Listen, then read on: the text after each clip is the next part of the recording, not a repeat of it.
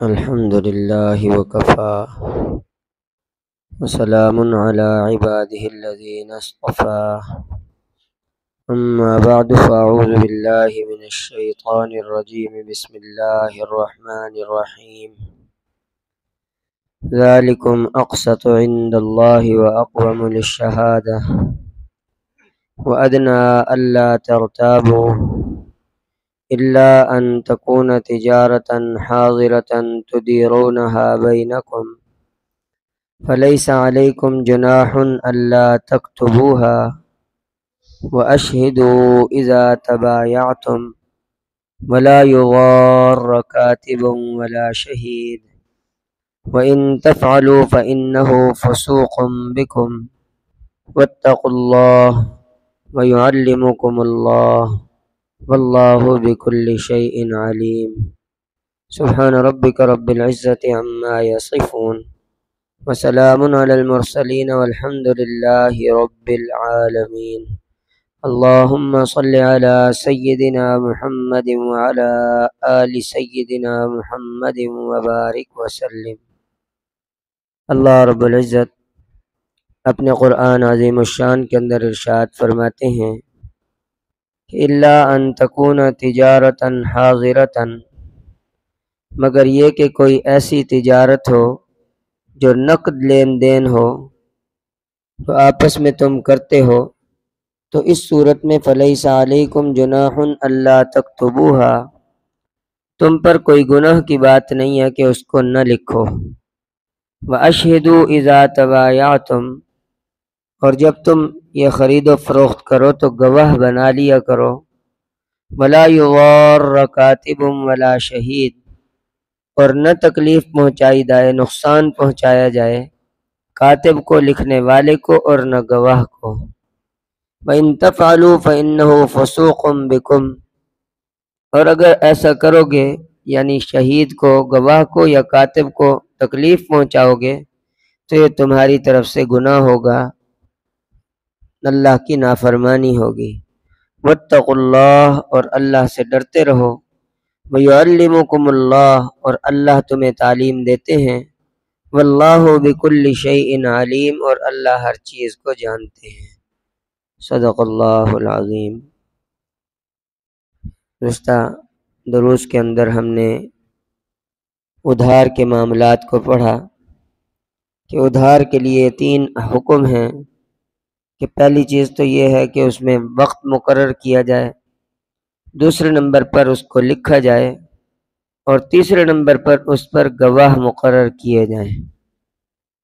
ان کے معاملہ صاف ہوتا ہے اور فیصلہ کرنے میں، لین دین میں کسی قسم کا تنازع پیش نہیں آتا، فیصلہ کرنے میں آسانی ہوتی ہے۔ پہلے زمانے میں لوگ ان معاملات پر، احکامات پر عمل کرتے تھے، معاملات بھی صاف ہوتے تھے، کسی کا نقصان نہیں ہوتا تھا۔ نبی پاک صلی اللہ علیہ وسلم نے سابقہ امتوں کا ایک واقعہ بیان فرمایا، بڑا عجیب واقعہ قرض کے بارے میں، کہ کسی مسلمان بھائی نے دوسرے مسلمان سے قرض لیا۔ اس نے کہا اچھا کوئی ضمانتی لاؤ، اس نے کہا میرا ضامن اللہ ہے۔ کہا کوئی گواہ لاؤ، اس نے کہا میرا گواہ بھی اللہ ہے، تم مجھے 1000 دینار، 1000 اشرفیاں دے دو۔ اس نے اللہ رب العزت کے اعتماد پر، اللہ کی ضمانت پر، اللہ پر بھروسہ کرتے ہوئے 1000 دینار اس کو دے دیے، سونے کی اشرفیاں ہوتی ہیں، اس کو دے دیے۔ وقت مقرر ہو گیا، جگہ طے ہو گئی کہ فلاں دن فلاں وقت پر تم یہ اپنا قرضہ واپس کرو گے۔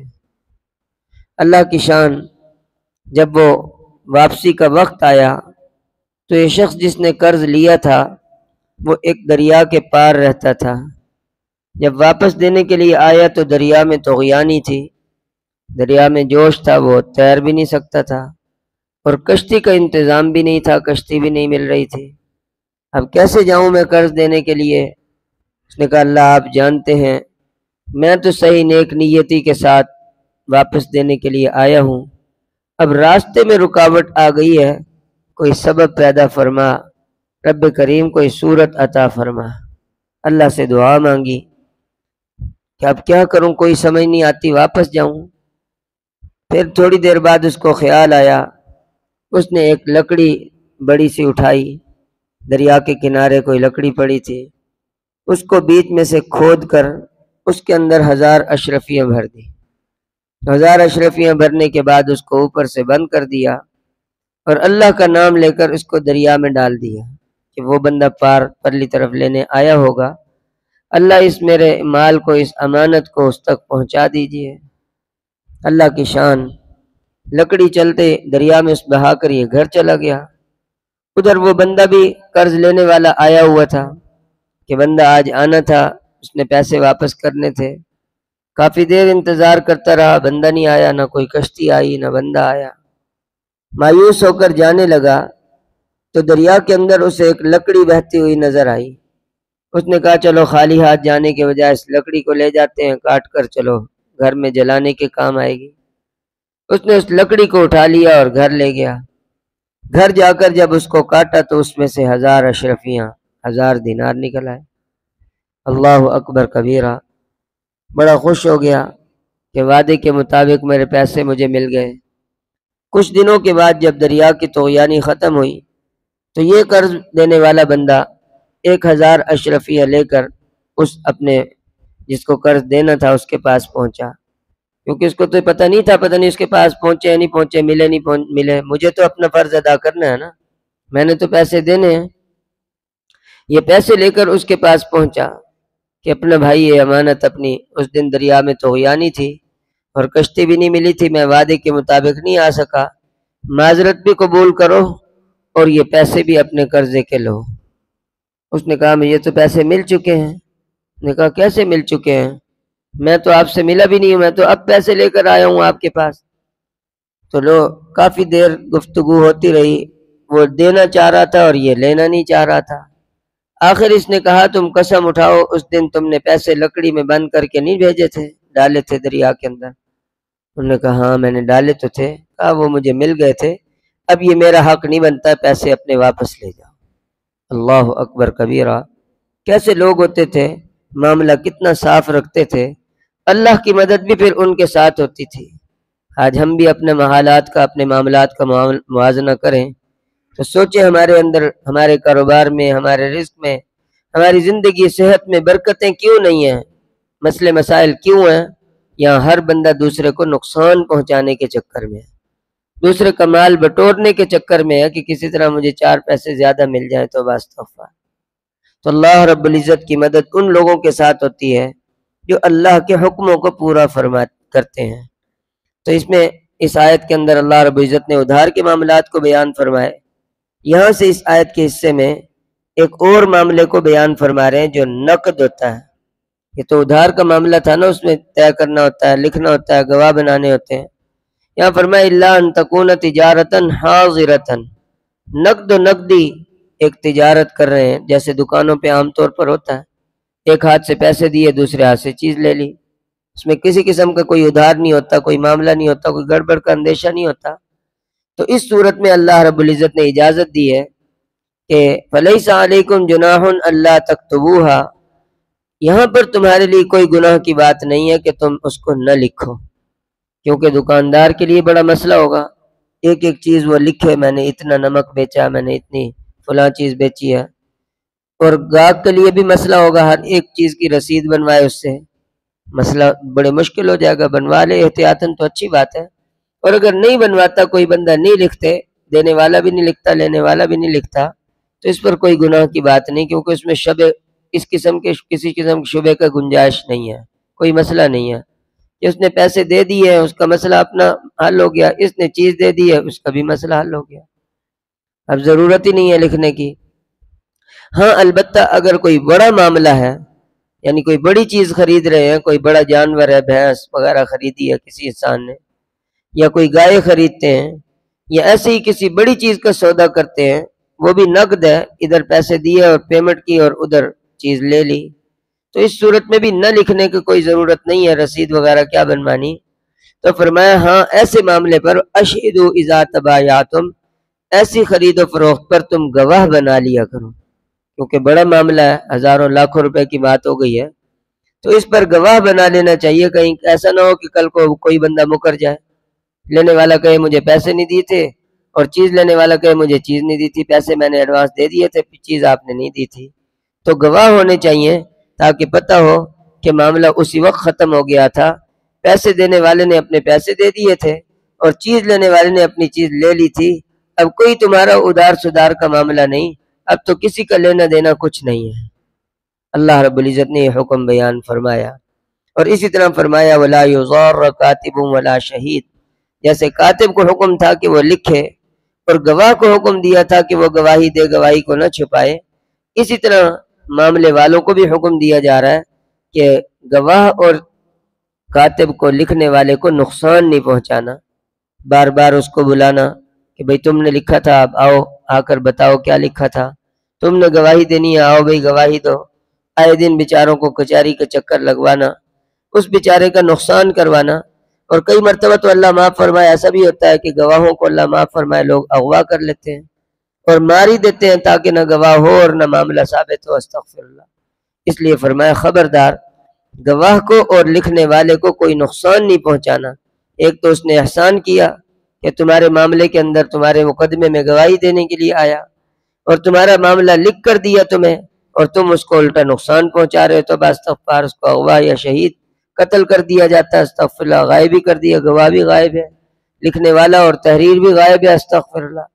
ان تفعلوا فانه فسوق بكم، اگر ایسا کرو گے تو تمہاری طرف سے فسق و فجور، اللہ کی نافرمانی ہوگی۔ جو اللہ کی نافرمانی کرتا ہے پھر اللہ اس کو سزا اور عذاب تو دیتے ہیں، تو باستغفار۔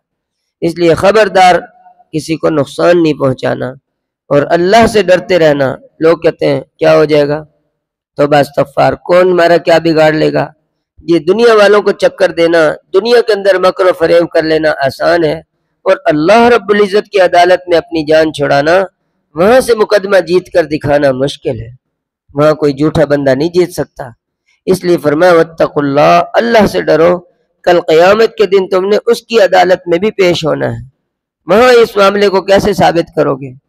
نبی پاک صلی اللہ علیہ وسلم نے ارشاد فرمایا کہ لوگ میرے پاس مقدمات لے کر آتے ہیں، اپنے معاملے لے کر آتے ہیں، میں ظاہری حال کے مطابق فیصلہ کرتا ہوں، غیب کا علم میرے اللہ کو ہے، میں تو دیکھتا ہوں کہ کس بندے کے پاس گواہ ہے، گواہ پیش کر دیے، میں کہتا ہوں اس کا حق ہے، ایک بندے نے قسم کھا لی، میں کہتا ہوں یہ بندہ بری ہے، میں تو ظاہری حال کے مطابق فیصلہ کر دیتا ہوں۔ یاد رکھو تم حقیقت حال کو جانتے ہو، میرے فیصلہ کر دینے کی وجہ سے اور میرے کسی چیز کے دے دینے کی وجہ سے وہ چیز اس پر حلال نہیں ہو جائے گی۔ ایک ہے مقدمے میں ہم نے مکان جیت لیا، ہم مقدمہ جیت گئے، یہ زمین ہماری ہو گئی ہے، ہم مقدمہ جیت گئے تو ہماری یہ چیز ہماری ہو گئی ہے، مقدمہ جیتنے سے وہ چیز جب تمہاری نہیں ہے تو تمہاری نہیں ہو جائے گی۔ اس لیے حضور صلی اللہ علیہ وسلم نے اتنے سخت الفاظ ارشاد فرمائے کہ اگر کوئی شخص میرے ہاتھ سے وہ چیز لے کر جا رہا ہے تو سمجھ لو کہ جہنم کی آگ لے کر جا رہا ہے۔ یہ نہ سمجھنا کہ اللہ کے نبی نے مجھے دے دی تو اب میرے لیے حلال ہو گئی ہے، جی نہیں، جب آپ کی ہے ہی نہیں، دوسرے کا حق مار رہے ہو اور سمجھ رہے ہو میرے لیے جائز ہو گئی، کیسے جائز ہو جائے گی؟ کیسے آپ کی ملکیت میں ہو جائے گی؟ استغفر اللہ۔ لہٰذا اللہ کی عدالت میں اس مقدمے کو جیتنا بڑا مشکل ہے۔ واتقوا اللہ، اللہ سے ڈرو، وَيُعَلِّمُكُمُ اللہ، اور یہ ساری باتیں اللہ تمہیں سکھا رہے ہیں۔ کل کوئی قیامت کے دن کوئی یہ نہ کہے کہ مجھے پتہ نہیں تھا، میں نے تو مقدمہ جیتا تھا اس لیے مکان میرا ہو گیا تھا، میں نے تو پنچایت میں یہ معاملہ اپنے حق میں فیصلہ کروایا تھا تب یہ چیز میری ہو گئی تھی، جی نہیں۔ وَيُعَلِّمُكُمُ اللہ، اللہ تمہیں تعلیم دے رہے ہیں، تمہیں یہ باتیں، سارے معاملات، قوانین، احکامات سکھا رہے ہیں، اس کے مطابق عمل کرو اور اللہ سے ڈرو۔ اصل اللہ ہے، دنیا کی عدالتیں اور دنیا کے مقدمات اور دنیا کے گواہ اور دنیا کی تحریریں کوئی حیثیت نہیں رکھتی۔ اللہ رب العزت علیم بذات الصدور، تمہارے دلوں کے حال اور نیتوں کو بھی جانتا ہے۔ اللہ بکل شیء علیم، اسے ہر چیز کا علم ہے، اسے پتہ ہے کہ کون حقدار ہے اور کون ناحق زیادتی کر رہا ہے۔ اس لیے اللہ رب العزت کا خوف دل میں ہونا چاہیے کہ کل قیامت کے دن اللہ کو کیا جواب دیں گے۔ اللہ عزت مجھ اور آپ کو، ہم سب کو اپنی ذات عالی کا یقین اور استحضار نصیب فرمائے اور اپنے احکامات پر عمل کی توفیق نصیب فرمائے۔ آمین وآخر دعوانا ان الحمدللہ رب العالمین۔ سبحان ربی العلی العلی الوہاب، اللہم صلی علی سیدنا محمد وعلی آل سیدنا محمد وبارک وسلم۔ ربنا ظلمنا انفسنا وان لم تغفر لنا ترحمنا لنکونن من الخاسرین۔ اے کریم پروردگار ہم آپ کے عاجز مسکین فقیر گناہگار خطا کار کمزور بندے ہیں، اللہ ہمارے گناہوں کو معاف فرما، خطاؤں لغزشوں سے درگزر فرما۔ رب کریم جو کچھ پڑھا سنا عمل کی توفیق عطا فرما، اس کی برکت سے ہماری دینی دنیا مشکلات آسان فرما، ہمارے معاملات شریعت و سنت کے مطابق بنا۔ کریم پروردگار ناجائز معاملات سے ہمیں محفوظ فرما، حرام سے ہماری حفاظت فرما، کسی کے ساتھ ظلم اور زیادتی سے ہمیں محفوظ فرما۔ کریم آقا انصاف کا دامن ہاتھ تھامنے کی توفیق عطا فرما۔ لا الہ الا اللہ محمد رسول اللہ، استغفر اللہ۔